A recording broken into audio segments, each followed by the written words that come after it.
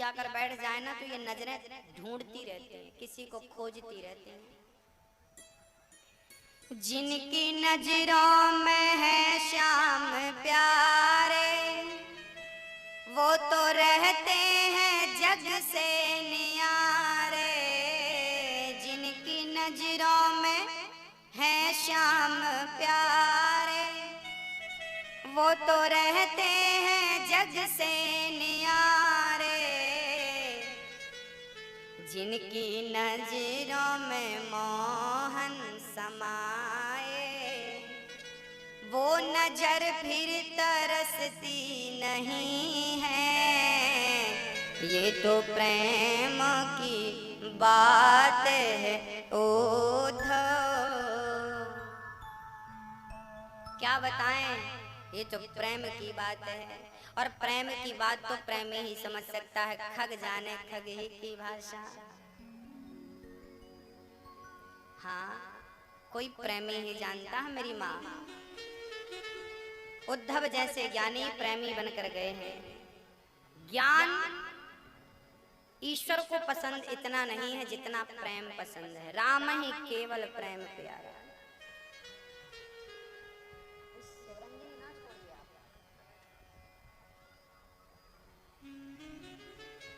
भगवान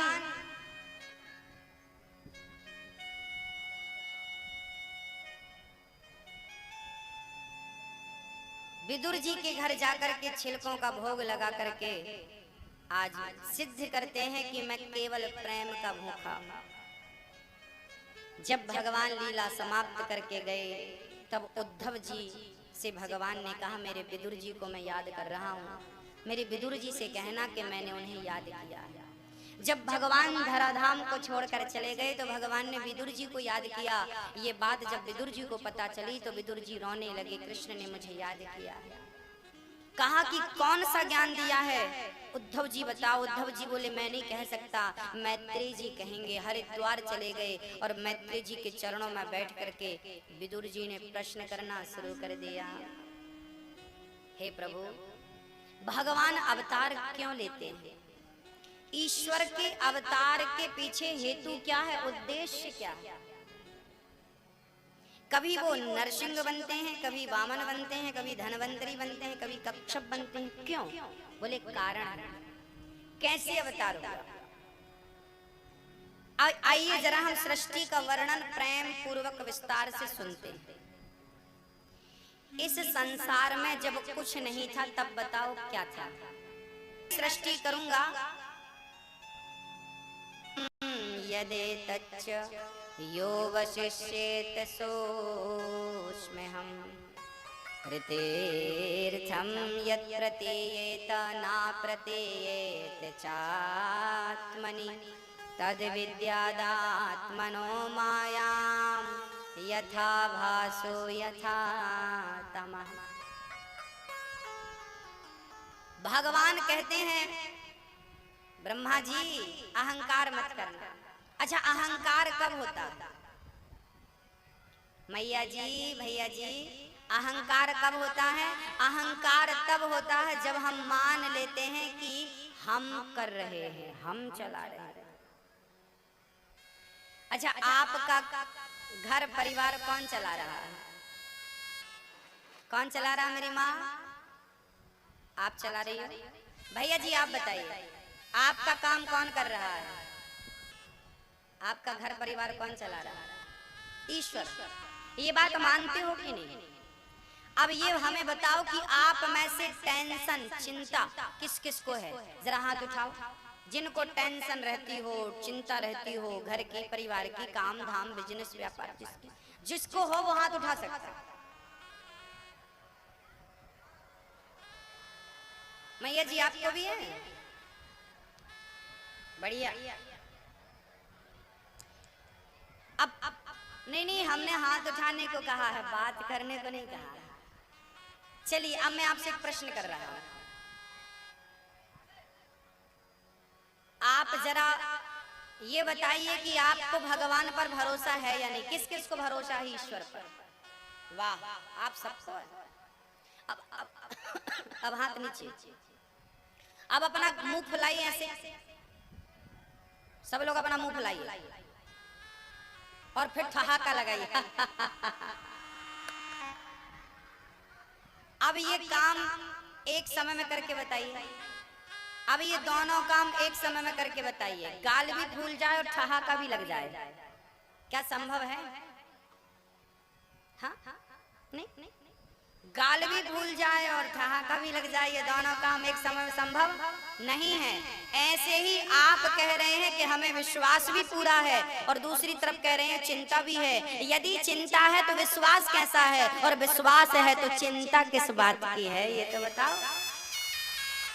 एक ही चीज हो सकती है, या तो चिंता हो सकती है या तो विश्वास हो सकता है। या तो भगवान के चरणों में विश्वास होगा, जिनको चिंता है उनको विश्वास नहीं है, और जिनको विश्वास है उनको चिंता नहीं है। करते हो तुम कन्हैया, मेरा नाम हो रहा है, मेरा आपकी कृपा से सब काम हो रहा है। तुम ही तो करने वाले हो, मैं कौन हूं और मैं क्या कर सकता हूं, ये तो बताओ। अच्छा, आपको चिंता किस बात की? बच्चों की, परिवार की, काम धाम की, आपको चिंता? आप होती कौन हो चिंता करने वाली, ये तो बताओ। कौन है आप लोग? आपकी गलती कहाँ है? आपने अपने आप को कर्ता मान रखा है। आपने मान लिया है कि मैं करता हूँ। यदि आपने ये विचार बना रखा है, ये थिंकिंग बना रखी है कि मैं करता हूँ, तो चिंता होगी, टेंशन होगी। और यदि आप ये दिल में बना लें कि मैं कुछ नहीं करता, सब कुछ मेरा ठाकुर करता है, जिसने जन्म दिया है वो चिंता वो करेगा ना। आप कौन होते हैं? जिसने मुंह बनाया है, पेट बनाया है, वो उसके मुंह पर रोटी नहीं डालेगा, उसको भूखा सुलाएगा। तो चिंता क्यों? सब कुछ ईश्वर करते हैं। मैं कुछ नहीं हूं करने वाला, मैं कुछ नहीं करता। अभी मेरे प्राण निकल जाएं, आत्मा निकल जाए, तो बताइए मैं क्या कर सकता हूं? क्या आंखों की पलक झपका सकता हूं? यदि मैं आंखों की पलक झपका रहा हूं तो ईश्वर है मेरे अंदर आत्मा के रूप में, इसलिए ना पलक झपक रही है। मैं हाथ उठा रहा हूँ, यदि ईश्वर निकल जाए मेरे अंदर से, आत्मा निकल जाए, तो मेरा हाथ उठेगा? मेरी माँ, मैं जो भी करता हूँ, श्वास लेता हूँ तो ईश्वर की कृपा से, पलक झपकाता हूँ तो ईश्वर की कृपा से, अन्न का एक दाना भी खाता हूँ तो अपनी ताकत से नहीं, ईश्वर की कृपा से ही और ईश्वर की शक्ति से खाता पीता हूँ। चलता फिरता बोलता बतलाता सब उसी की, सब उसी का है, वो चला रहा है। अरे भाई, कठपुतली का खेल कभी देखा हो आपने? कठपुतली नचाने वाला जो है ना, वो अपनी उंगलियों से पुतली को नचाता है।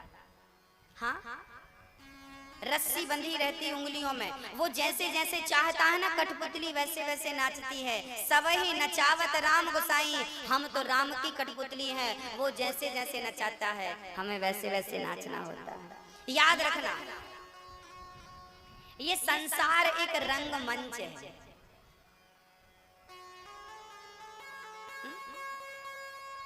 आपने एक पिक्चर देखी होगी, एक क्या बहुत सारी देखी होगी, बागवान पिक्चर देखी होगी बच्चन साहब की। उस पिक्चर में अमिताभ बच्चन रो रहे हैं।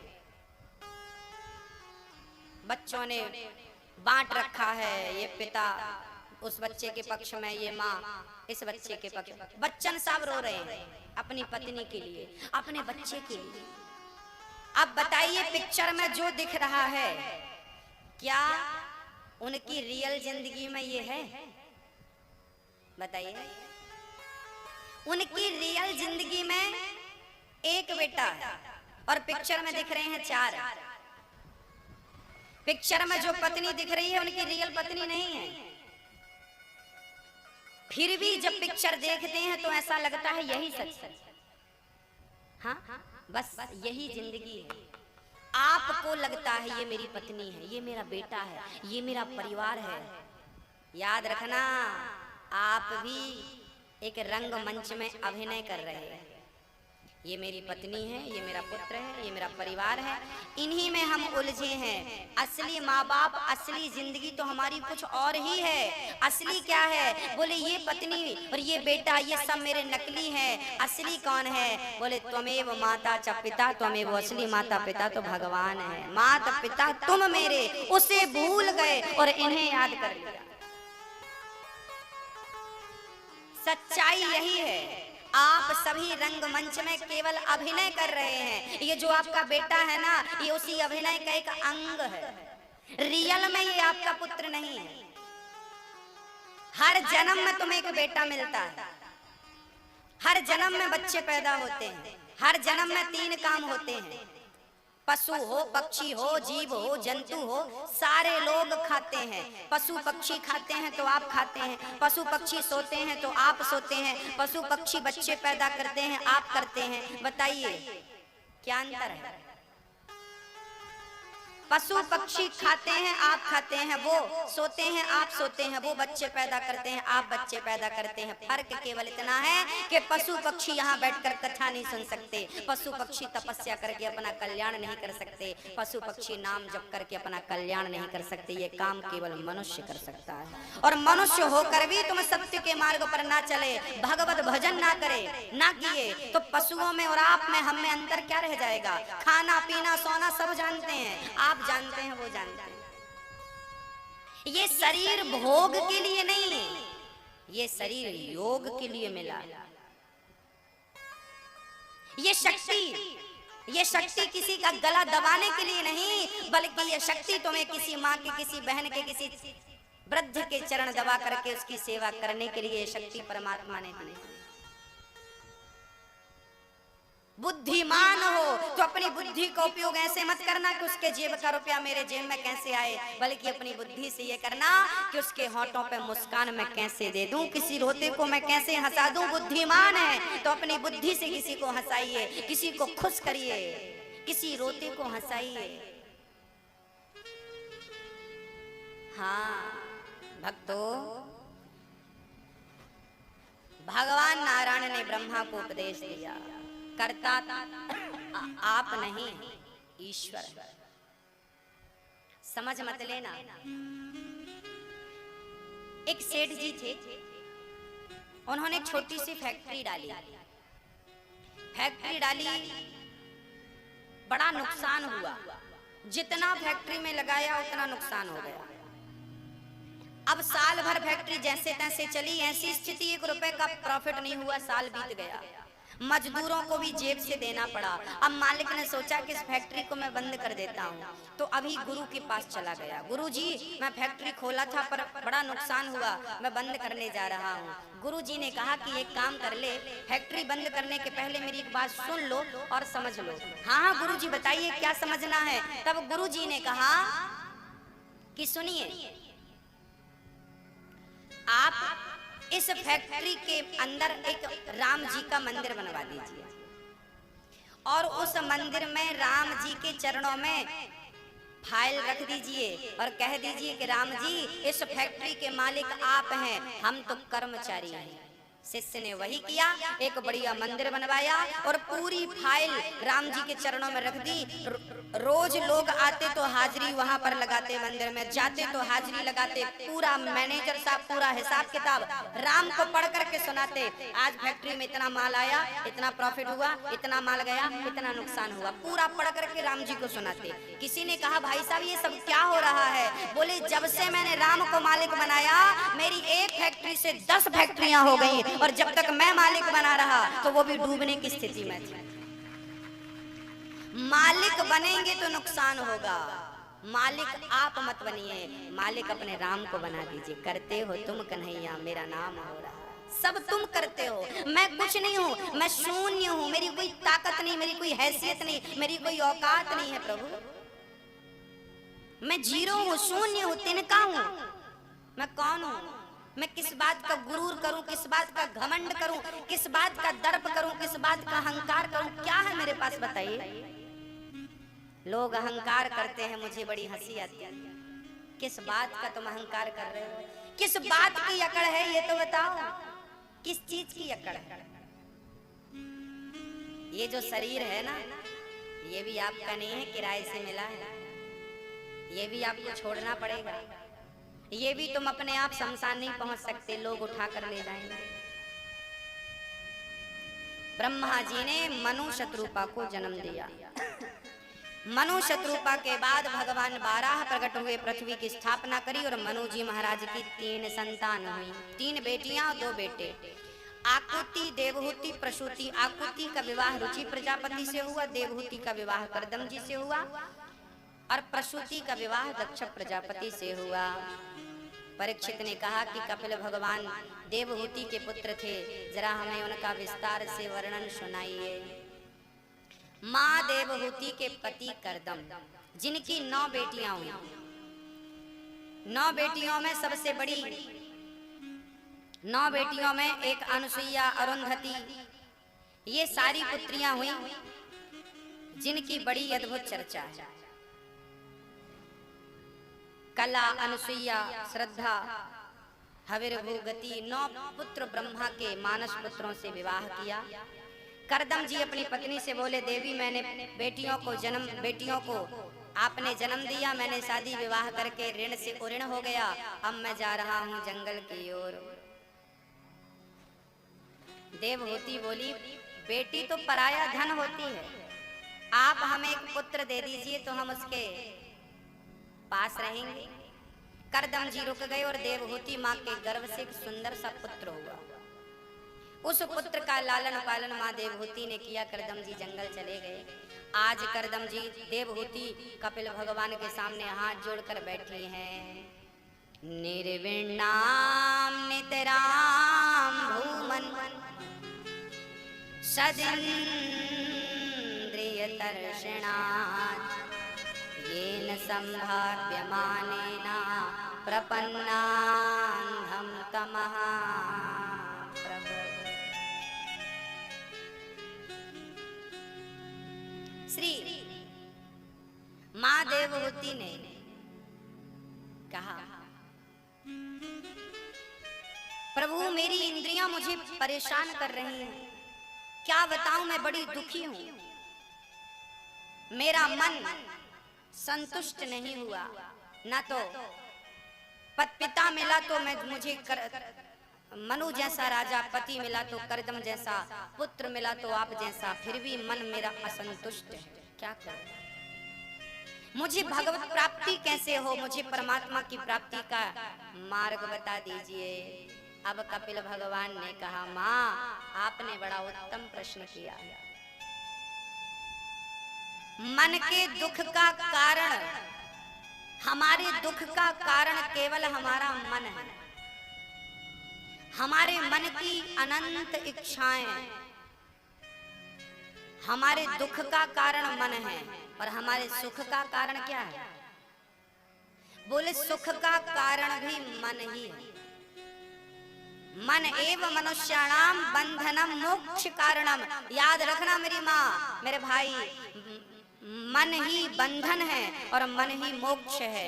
मन ही बंधन का कारण है, मन ही मोक्ष का कारण है। ये मन संसार में लग गया तो बांध कर रख देगा, ये मन भगवान में लग गया तो भवसागर से पार लगा देगा। ये मन ही तो है, सबकी जड़ ये मन ही तो है। आपको परेशान पड़ोसी नहीं करता, आपका मन परेशान करता है। आपकी जरूरत से ज्यादा इच्छाएं परेशान करती हैं। इसलिए मैं कहता हूं कि आप अपनी सारी इच्छाएं शांत कर देना, मरने के पहले सारी इच्छाएं शांत कर देना, खत्म कर देना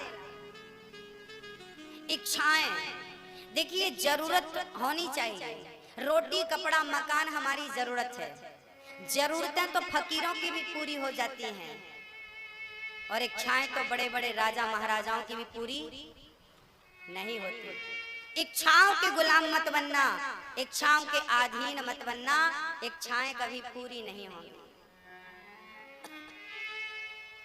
बस ये मन बहुत चंचल है, बहुत सताता है, बहुत तंग करता है, परेशान करता है।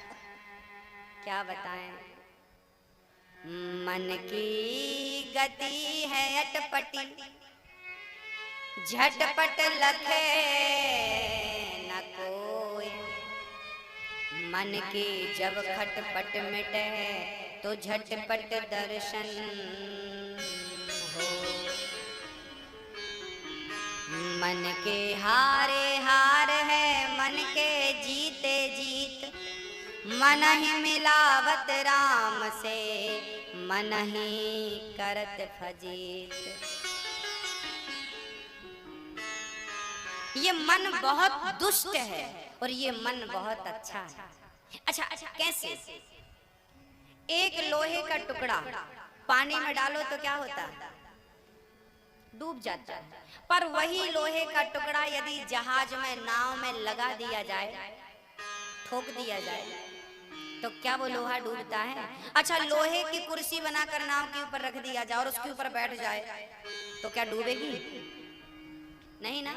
लोहा पानी में डूब जाता है, पर वही लोहा नाव में जुड़ जाए। समुद्री जहाज में तो लोहा ही होता है, बड़े बड़े जहाज लोहे के बनते हैं। एक लोहा पानी में डूब जाता है, पर वही लोहा यदि जहाज बन जाता है और जहाज से जुड़ जाता है, वो डूबता नहीं है, वो आपको पार लगा देता है। ऐसे ही ये मन लोहे की तरह है। यदि ये संसार में लगा तो ये मन आपको डुबा देगा, और ये मन यदि भगवान के भक्तों में, कथा में, सत्संग में लग गया तो ये मन ही भवसागर से पार लगा देगा। वैसे जैसे एक नौका में यदि लोहा लग जाए तो वो लोहा आपको पार लगाने वाला बन जाता है। ये मन डुबाता भी है, पार भी लगाता है। हाँ, ये मन कांटे की तरह है। अच्छा, पांव में कांटा लग जाए तो दर्द होता है कि नहीं? हाँ या ना? अब उस दर्द को दूर करने के लिए क्या करेंगे? बोले दूसरा कांटा उठाएंगे और दूसरे कांटे से उस कांटे को क्या करेंगे? क्या करेंगे? निकाल देंगे। एक कांटा अंदर जाता है तो दर्द देता है, और दूसरा कांटा उसी कांटे को निकाल करके उसे दर्द से सुकून देता है। तो दर्द देने वाला भी कांटा और दर्द से राहत दिलाने वाला भी कांटा। ये मन संसार में यदि चुभ जाए ना तो ये दर्द देता है, पर ये मन संसार से हटकर ईश्वर में लग जाए तो यही मन आपको परमात्मा तक पहुंचाएगा, यही भवसागर से पार करेगा, यही मुक्ति दिलाएगा, यही मोक्ष दिलाएगा। यही साधन है मोक्ष का, मुक्ति का। कोई साधन ही नहीं है दूसरा। मन एव मनुष्याणाम बंधनम मोक्ष कारण।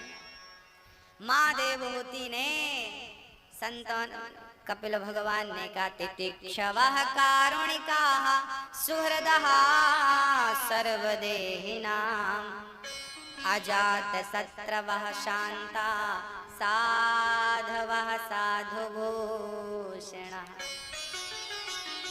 मैया जी, आपके आभूषण क्या है? दादाजी, भैया जी, आपका आभूषण क्या है? आपका श्रृंगार क्या है? बताइए। मुझे नहीं पता, आपको पता। बताइए मेरी माँ, आपका आभूषण क्या है? क्या है?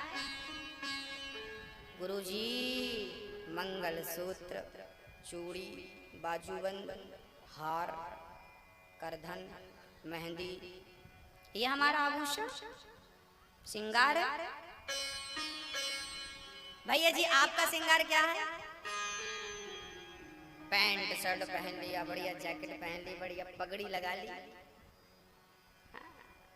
दुपट्टा डाल लिया। ये हमारा श्रृंगार नहीं है मेरी माँ। आपका और मेरा श्रृंगार क्या है? बोले तितिक्षवः। आपके गले पे सोने का हार हो, बाजू में सोने का हार हो और सोने की जरी आप साड़ी पहन लो तो आपकी उतनी शोभा नहीं होगी जितनी शोभा आपकी अच्छी वाणी से, अच्छे संस्कारों से यदि आप सुनी हुई होगी तो आपकी शोभा होगी। आपके संस्कार ही आपकी शोभा है, आपकी नम्रता, आपकी मधुर वाणी ही आपका श्रृंगार है। तितिक्षवः, सहनशीलता ही आपका सबसे बड़ा श्रृंगार है। तितिक्षवः, कारुणिका, करुणा। यदि हमारे भीतर करुणा है तो हम कौन सा आभूषण? बोले करुणा का आभूषण धारण कर लीजिए। सहनशीलता का आभूषण धारण कर लीजिए। सोना चांदी तो सब पहनते हैं, पर सोना चांदी पहन करके कोई श्रेष्ठ नहीं बनता जिसके अंदर सहनशीलता, जिसके अंदर करुणा, सबके प्रति प्रेम सुहृदः सर्वदेहि नाम, जिसके अंदर किसी के प्रति दुश्मनी भाव ना हो। बस ये श्रृंगार है, ये आपके श्रृंगार है। आपकी नम्रता, मधुर वाणी, सरल स्वभाव, मिलनसारिता, यही तो आपका श्रृंगार है। बोलो मेरी माँ। कपिल भगवान ने कहा ये श्रृंगार जिसके अंदर हो तितिक्षवाह कारुणिकः सुहृदः सर्वदेहिनाम अजात शत्रवः शांता स्वभाव शांतो साधवः साधु भूषण। ये साधुओं के लक्षण है, ये साधुओं के आभूषण है, ये आपके आभूषण है, ये हमारे आभूषण है, ये हम सबके भीतर होने चाहिए। क्या होना चाहिए हमारे भीतर मेरी माँ, जल्दी से बताओ। सहनशीलता होनी चाहिए। क्या होनी चाहिए मेरे भाई, मैया जी, भैया जी, क्या होनी चाहिए? सहनशीलता। अच्छा, आपके अंदर सहनशीलता है या नहीं? अच्छा, आपको किसी ने एक गाली दे दी, तुम गधे हो। यदि किसी ने आपको गधा कह दिया तो आपको बुरा लगता है कि नहीं? हाँ? अच्छा मैया, आपको किसी ने गधा कह दिया, गधी कह दिया, बुरा लगता है कि नहीं? हाँ, लगता होगा। अच्छा, आप लोग ये बताइए, क्या आप गधे हो? जब गधे हो ही नहीं तो बुरा क्यों लगता है? और बुरा लगता है तो गधे हो। आप तब तक गधे नहीं थे जब तक किसी ने आपको गधा कहा। गधे तो तब बन गए जब आपने स्वीकार कर लिया, मुझे गधा कहा, मुझे गधा कहा। लो भैया, आप तुम गधे हो गए।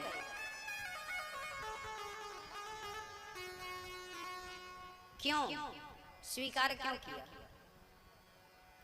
आपके फेसबुक में जब आपको कोई फ्रेंड रिक्वेस्ट भेजता है तो वहां पर दो ऑप्शन होते हैं, या तो एक्सेप्ट करिए या तो कैंसिल कर दीजिए। होता है ना?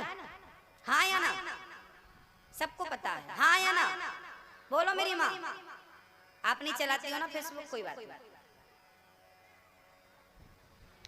मेरी माँ, फेसबुक जितने लोग चलाते हैं, मैं उसका एग्जांपल इसलिए दे रहा हूं ताकि आपको बहुत आसानी से समझ में आए। जब आपको कोई फ्रेंड रिक्वेस्ट भेजता है तो उसमें दो ऑप्शन होते हैं, एक्सेप्ट या कैंसिल। आपको पसंद हो तो एक्सेप्ट करिए, नहीं तो कैंसिल कर दीजिए। बस यही है। जब मैंने आपको गधा कहा तो आपको पसंद है तो एक्सेप्ट करिए, नहीं तो आप कह दीजिए महाराज जी मैं गधा नहीं हूं, आपका गधा आपको मुबारक हो, कह देना चाहिए। वापस कर दो। क्या मैं गधा हूं? तो फिर क्यों बुरा मानते हो? हमें गधा कहा, हमें गधा। अरे कह दिया तो कह दिया, बुरा मानने की क्या बात है? गधा ही गधा कह सकता है ना, वो खुद गधा है इसलिए आपको गधा कहता है। जिसको कह रहा है वो नहीं है, जो कह रहा है वो है। उसको ये भी नहीं पता कि गधे के 4 पांव होते हैं, इंसान के 2 पांव होते हैं। गधे का आकार क्या है और इंसान का। इंसान को कोई गधा कहे तो वो खुद गधा है। देखना तेरी आंखें नहीं है गधे और इंसान में, क्या तू फर्क नहीं समझता? वो खुद गधा है, बुरा आपको लगता है। बस यही समझदारी है। आप वैसे नहीं हैं जैसा दुनिया आपको कहती है, आप वैसे हो जाते हैं, ये दुख की बात है। अच्छा, भगवान श्री कृष्ण ने शिशुपाल की कितनी गालियां सुनी थी? कितनी? मैया आप बताओ। भगवान श्री कृष्ण ने शिशुपाल की कितनी गालियां सुनी थी? हाँ, 100 गालियां। जब 100 गालियां पूरी हुई तो भगवान ने अपना सुदर्शन निकाला और सिर खंडित कर दिया शिशुपाल का। किसी ने भगवान से कहा प्रभु आपने 100 गालियां सुनने तक इंतजार ही क्यों किया? फर्स्ट गाली सुनकर के आप तो सिर काट सकते थे। भगवान ने कहा कि मैं भगवान होकर यदि 100 गालियां सहन कर सकता हूँ तो इंसान को भी इंसान होकर कम से कम 10-20 गालियां तो पचानी चाहिए, 10-20 गालियां तो सुननी चाहिए। मैं भगवान होकर सुन सकता हूँ। इसलिए आपका सबसे बड़ा आभूषण क्या है? आपको क्या बनना है मेरी माँ? सहनशील। क्या बनना है? क्या बनना है दादाजी? सहनशील। सहनशील, कोई कुछ कहे कहने दो। माँ ने ज्ञान दिया, कपिल भगवान ने ज्ञान दिया, माँ सिद्धा नाम की नदी बनकर बह गई। इतना प्रेम उस कथा में, इतना प्रेम उस ज्ञान में कपिल भगवान के कि माँ सिद्धा नाम की नदी बनकर बह गई। याद रखना मेरी माँ, कथा में ना पिघल जाता है व्यक्ति। प्रेम ऐसी चीज है कि पिघल जाता है। माँ देवहूति शरीर सहित पिघल गई, पानी बनकर बहने लगी, देवहूति नदी बन गई। और कपिल भगवान ने उसी नदी में आचमन किया। उस नदी का नाम पड़ा सिद्धा नाम की नदी। कपिल भगवान आचमन करते हैं, सीधे गंगा सागर चले जाते हैं। बाकी तीर्थ बार बार, गंगा सागर एक बार। बताइए, इंसान कभी पानी बन सकता है कि नहीं? हाँ या ना? चलिए ये बताइए कि सोना कभी पानी बन सकता है कि नहीं? हाँ या ना? हाँ हाँ। चांदी पानी बन सकती है कि नहीं? लोहा पानी बन सकता है कि नहीं? हाँ, लोहा भी पानी बन जाता है, चांदी भी पानी बन जाती है, सोना भी। हाँ, उसका ताप अलग होता है। यदि उस तापमान पर रखा जाए तो लोहा, सोना, चांदी सब पानी बन जाते, पानी। हाँ मेरी माँ, बस वो ताप मैनेज होना चाहिए। ऐसे ही जब आप प्रेम की कृष्ण प्यार की चरम सीमा में पहुंच जाएंगे ना, आप पहुंच जाएंगे जिस दिन, उस दिन आप भी इस प्रेम के ताप के कारण पानी बन करके, पिघल करके पानी बनकर बह जाएंगे। वो प्रेम की, एक बार प्रेम का वो ताप तो मिले। मीराबाई की आंखों से इतने आंसू गिरते थे कि बिस्तर तकिया गीला हो जाता था। याद रखना मेरी माँ, भगवान को प्रेम ही चाहिए। और प्रेम के ये जो आंसू है ना, ये भगवान को बहुत पसंद है। मैं आपको बता दूं, बहुत प्रिय है, बहुत प्यार करते हैं भगवान अपने भक्तों से। उन भक्तों से जो भगवान को याद कर करके उनकी याद में रोते रहते हैं। अच्छा, आप जिनसे प्रेम करती हो ना, वो आपसे दूर चला जाए, चाहे वो आपका बेटा हो, वो आपका पति हो, वो आपका अपना कोई भी हो, तो आप उसके लिए रोते हैं कि नहीं? भैया जी बताइए, आप अपनों के लिए रोते हैं कि नहीं? दूर चला गया रोते हैं, उसकी याद करते हैं, आप उसको याद करते हैं। कभी कभी याद में आंसू आते हैं। आपसे इतने दूर भगवान है, कभी क्या आपने उन्हें याद करके रोया? क्या आपने उनकी याद में आंसू बहाए? और जिस दिन आंसू बहा दोगी ना मेरी माँ, बहुत दूर होकर भी वो आपके बहुत करीब आ जाएगा। आपके भीतर ही तो बैठा है वो, बस आप देख नहीं पा रहे हो। राम जी, मेरे कृष्ण जी प्रकट हो जाएंगे यदि कोई प्रेम से उन्हें बुलाए, प्रेम से पुकारे। जहाँ प्रेम है वहाँ भगवान है। बताओ कहाँ मिलेंगे श्याम। और बहू सास को डांट रही है और सास बेचारी चुप है। अब आप हमें बताइए कि अब आपकी नजर में पढ़ा लिखा कौन है, समझदार कौन है? जो बोल रहा है, बक बक बक बक कर रहा है वो, या चुप होकर के सुन रहा है? बोलिए, आपसे पूछ रहा हूँ, आपके घर की चर्चाएं हैं, रोजमर्रा की जिंदगी है ये आपकी। बोलिए कौन समझदार है, सास या बहू? बहू तो पढ़ी लिखी, पीएचडी करके आई है, डॉक्टर। आप बहुत पढ़ी लिखी हैं, फिर भी आपको ये समझदारी नहीं है कि अपने से बड़ों से कैसी बात करनी चाहिए। तो आपका पढ़ा लिखा होना किस काम का, जब आपके अंदर शिष्टाचार ही नहीं है, बड़ों के प्रति सम्मान और आदर ही नहीं है, तो ऐसी पढ़ाई किसी काम की नहीं। बेकार आपने समय और पैसे बर्बाद किए। अरे आप तो पढ़ी लिखी थी, सास गाली देती तो समझ में आता क्योंकि वो मूर्ख थी, अनपढ़ थी। पर आप पढ़े लिखे होकर भी यदि जवाब देंगे तो कैसे दुनिया आपको पढ़ा लिखा कहेगी? मेरी माँ, पढ़ा लिखा वो नहीं है जो जवाब देता है, पढ़ा लिखा वो है जो गंभीरता से आपके गालियों को सुनकर भी शांत रहे, पचा लेता है। छोटी छोटी नदियों में पानी गिरता है ना, पानी गिरता है, बाढ़ आ जाती है, छोटी नदियां उफान मारने लगती हैं। कभी सुना आपने कि समुद्र में बाढ़ आ गई? क्योंकि समुद्र गंभीर है और वो कभी बाढ़ आएगी ना तो पूरा विश्व डुबाने की सामर्थ्यता रखता है, पूरे संसार को डुबाने की सामर्थ्यता रखता है वो सागर, फिर भी कभी उछाल नहीं मारता। हाँ, क्योंकि वो गंभीर है। मेरी माँ, गंभीर बनो, बात बात पर बात विवाद ना करो।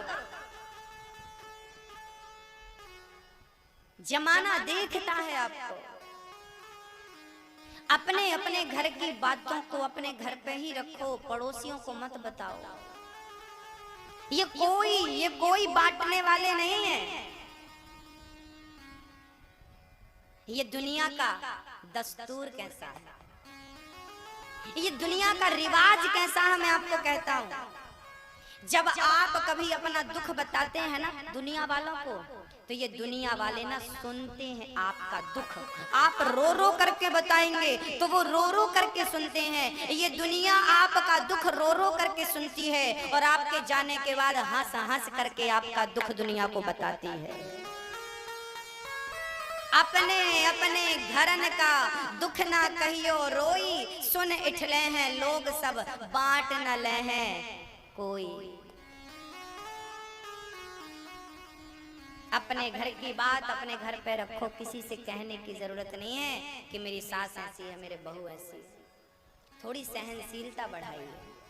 बहू ने कुछ देख कह दिया तो कोई बात नहीं, बिटिया है आपकी, बेटी की तरह रखो। और सास ने कुछ कह दिया तो कोई बात नहीं, माँ है, माँ की तरह रखो, रहो। बात किस घर में नहीं होती, झगड़ा किसके घर में नहीं होता। फर्क इतना है कि किसी का झगड़ा गांव के बाहर हो जाता है, गांव के लोगों तक पहुंच जाता है, और झगड़े तो कुछ लोगों के घर पे होते हैं पर वो बातें घर के बाहर नहीं आ पाती, क्योंकि उस घर में समझदार लोग। फर्क इतना। शंकर जी का अपमान दक्ष प्रजापति ने किया, गाली दे दी भरी सभा में, पर धन्य थे शंकर जी, मुस्कुरा रहे थे। ससुर जी की गालियां सुनकर भी शंकर जी मुस्कुरा रहे थे। शंकर जी से पूछा गया, प्रभु आपको गालियां मिल रही हैं और आप फिर भी मुस्कुरा रहे हैं? शंकर जी बोले, दिमाग खराब ससुर जी का, मेरा थोड़ी है।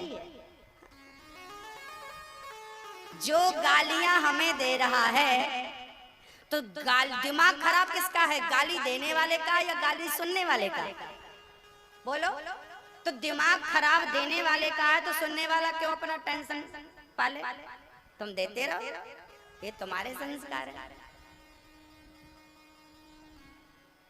शंकर जी को श्राप दे दिया, फिर नंदी ने श्राप दे दिया, जाओ तुम्हारा सिर बकरे का हो जाए। फिर भृगु जी ने श्राप दे दिया, तुम जैसे पाखंडी हो जाए।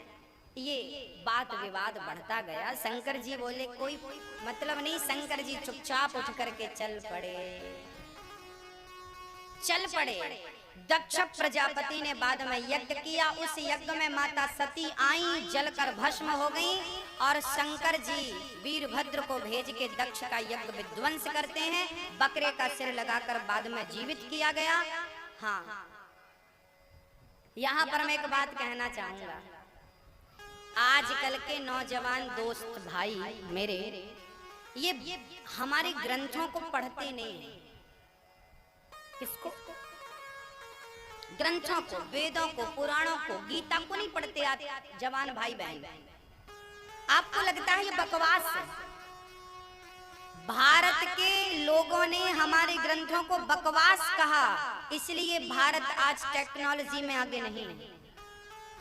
आज मैं आपको भागवत की कुछ चर्चाएं बताता हूं जो विज्ञान से जुड़ी है। आप में से कोई विज्ञान का स्टूडेंट है क्या? साइंस जानने वाला? अच्छा है। आपको मैं साइंस की कुछ बातें भागवत से करता हूं। हमारे भागवत में साइंस है। कैसे? चलिए बताइए, सबसे पहले हवाई जहाज, एरोप्लेन, हेलीकॉप्टर, इसकी कल्पना कहां की गई? हेलीकॉप्टर विमान जो उड़ सकता है, हम उड़ सकते हैं, ये कल्पना सबसे पहले किसने की? किसने की? ये कल्पना सबसे पहले भारत ने की। भारत ने। सबसे पहला वो कौन सा विमान है जिस विमान की कल्पना की गई? क्या नाम है उसका? पुष्पक विमान। वो विमान किसके पास था? रावण के पास था। कुबेर का विमान छीन लिया था रावण ने। तो विमान, रावण उड़ता था विमान पर, सीता को उठाकर उसी विमान पर लाया था। विमान जैसा कुछ होता है, ये बात केवल हमारे शास्त्रों में, हमारे पुराणों में ये कल्पना भारत में की गई। उसके बाद इस कल्पना के आधार पर विमान का आविष्कार किया गया। और आपको सुनकर आश्चर्य होगा कि विमान सबसे पहले इंडिया, भारत में बनाया गया था। उसके बाद वो ड्राइंग गद्दारों ने चुरा ली और उसके बाद वो नाम दूसरों के खाते पे चला गया कि इन्होंने विमान का आविष्कार किया। विमान जैसा कुछ था, ये कल्पना हमारे हिंदुस्तान में थी। चलिए मेडिकल साइंस की बात करते हैं। मेडिकल साइंस की बात करते हैं। बताइए, पृथ्वी गोल है या चपटी है? कैसी है पृथ्वी? कैसी है पृथ्वी? कैसी है बेटा? गोल। ये बात आपको किसने बताई कि पृथ्वी गोल है? आपके टीचर ने बताई, आपके शिक्षक ने बताई। 1930, 1920 से लेकर 30 तक नासा के वैज्ञानिकों ने सिद्ध किया था कि पृथ्वी चपटी है। क्रिश्चियन का जो पवित्र ग्रंथ है बाइबल में भी लिखा है कि पृथ्वी चपटी है। बाइबल कहती है पृथ्वी चपटी होती है।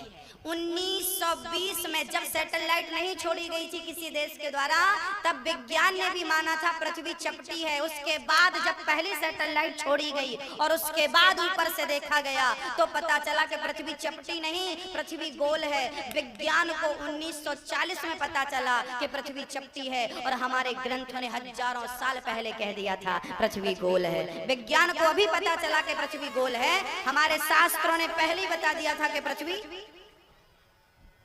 तो बताइए, साइंस की दृष्टि में शास्त्र खरे उतरते हैं कि नहीं? चलिए मेडिकल साइंस की बात करता हूं। आजकल ना डॉक्टर क्या करते हैं, इस महिला का बच्चा निकाल करके दूसरे महिला के गर्भ में स्थापित कर देते हैं। ये टेक्नोलॉजी, मेडिकल साइंस यहां तक पहुंच गया। सुना आपने इस बारे में? हाँ या ना? सोचिए, आज का डॉक्टर अभी कर पाया, ये बात ज्यादा पुरानी नहीं है। ज्यादा से ज्यादा 15